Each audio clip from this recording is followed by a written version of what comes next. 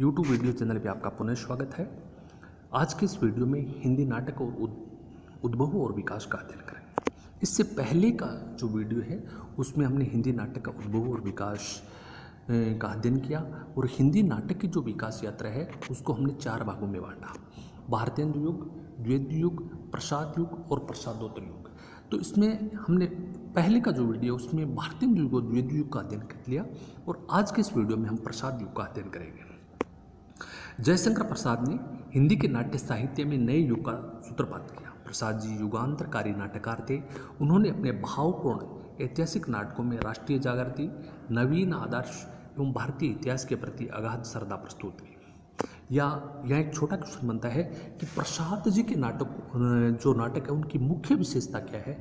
तो इसमें हम यूँ कह सकते हैं कि प्रसाद जी के नाटक है उसमें राष्ट्रीय जागृति है, राष्ट्रीय एकता है, नवीन आदर्श एवं भारतीय इतिहास एवं संस्कृति के प्रति प्रसाद जी के नाटकों में अगाध श्रद्धा प्रस्तुत की है।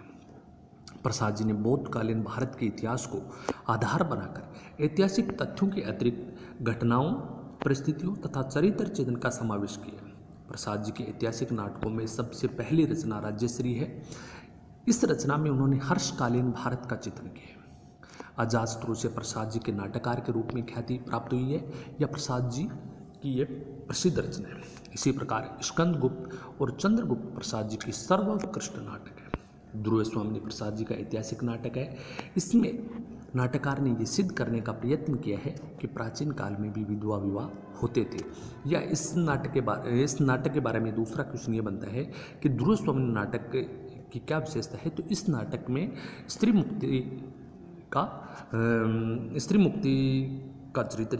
मुक्ति के बारे में बताया गया। इसी प्रकार सज्जन और जन्मेजय का न्याय इनके पौराणिक नाटक है। परंतु पौराणिक नाटकों की प्राचीन पद्धति से ये नाटक कुछ भिन्न है। काना और एक घूंट प्रसाद जी के भावनाट्य है। प्रसाद जी दार्शनिक एवं कवि थे। अंततः उनकी जो समस्त रचनाओं में गंभीर चिंतन है, द्वंद्व, सूक्ष्म चरित्र चिंतन, गंभीर सांस्कृतिक वातावरण तथा सुगठित कथानकों के कारण प्रसाद जी के नाटक बहुत उच्च कोटि के हैं। प्रसाद जी के जो नाटक है वो साधारण पाठक के लिए न होकर साहित्यिक रुचि के पाठक और परिष्कृत रुचि के दर्शकों के लिए है। ये हम दूसरा क्वेश्चन है कि प्रसाद जी के नाटक अपने गंभीर चिंतन, द्वंद्व, सूक्ष्म चरित्र चिंतन, गंभीर सांस्कृतिक वातावरण तथा सुगठित कथानकों के कारण प्रसाद जी के नाटक है जो कठिन भी कहे जा सकते हैं। अब बात करते हैं प्रसाद युगीन अन्य नाटककारों की। प्रसाद युग के अन्य नाटककारों में माखनलाल चतुर्वेदी ने कृष्णार्जुन युद्ध, सुदर्शन ने अजंता, बेचन शर्मा उग्र ने महात्मा ईशा, प्रेमचंद ने करबला नाटक लिखे। गोविंद बल्लभ पंत भी प्रसाद युग के श्रेष्ठ नाटककार थे।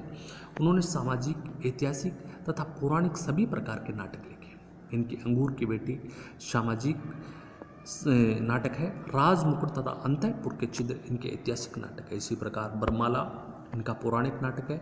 इसके अतिरिक्त 1951 में इनके 2 और नाटक प्रकाशित हुए थे, ययाति और सिंदूर की विधि। पंत जी के नाटक रंगमंच की दृष्टि से सफल माने जाते हैं। भाषा एकदम सरल और सुबोध है।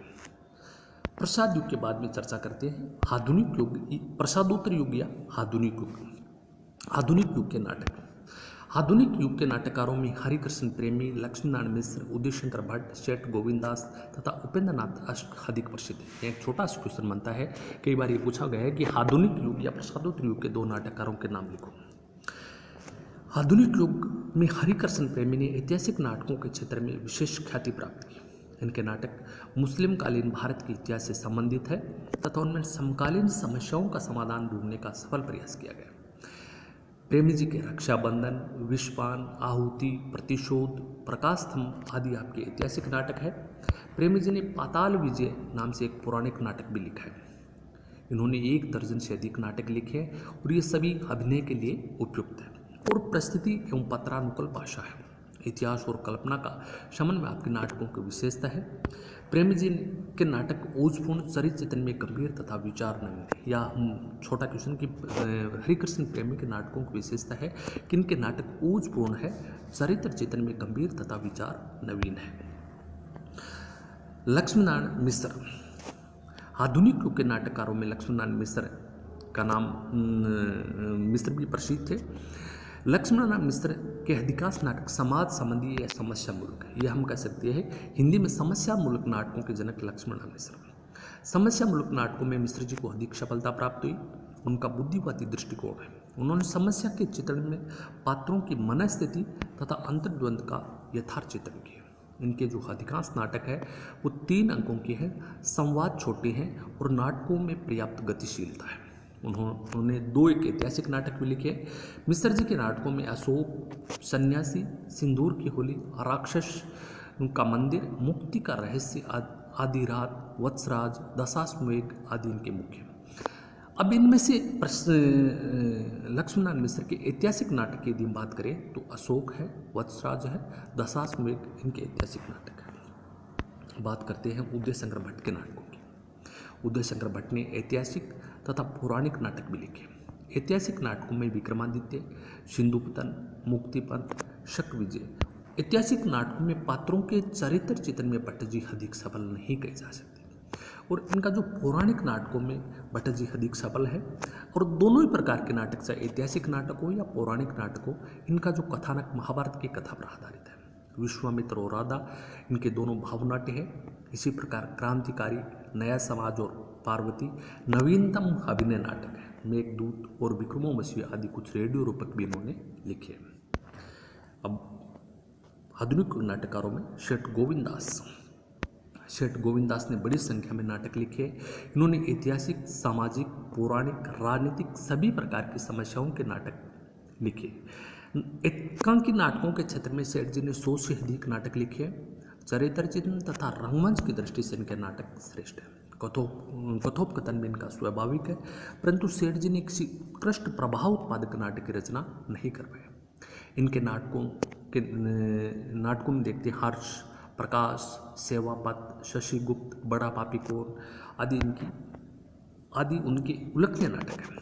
हिंदी नाटक के क्षेत्र में सेठ गोविंद दास जी ऐसी विभूति है जिनके नाटकों में साहित्य में राजनीति और सामाजिक जीवन का जीता जागता स्वरूप प्रस्तुत किया है। अब चर्चा करते हैं उपेंद्र नाथ अश्क के नाटकों की। उपेंद्र नाथ अश्क भी आधुनिक काल के उल्लेखनीय नाटककार हैं। उन्होंने अपने नाटकों में समाज पर तीखे व्यंग्य किए। अश्क जी के नाटकों में सामाजिक समस्याओं का चित्रण यथार्थवादी ढंग से हुआ है। जय पराजय, पैंतरे, केद, उड़ान, छठा बेटा, सुर्ख की झलक, अंधी गली इनके प्रसिद्ध नाटक हैं और इन नाटकों में समाज के ऊपर तीक्ष्ण व्यंग्य। अश्क जी के नाटक खेले जा चुके हैं तथा सफल सिद्ध हैं। अब बात करते हैं हिंदी के अन्य नाटककार, आधुनिक युग के जो अन्य नाटककार हैं।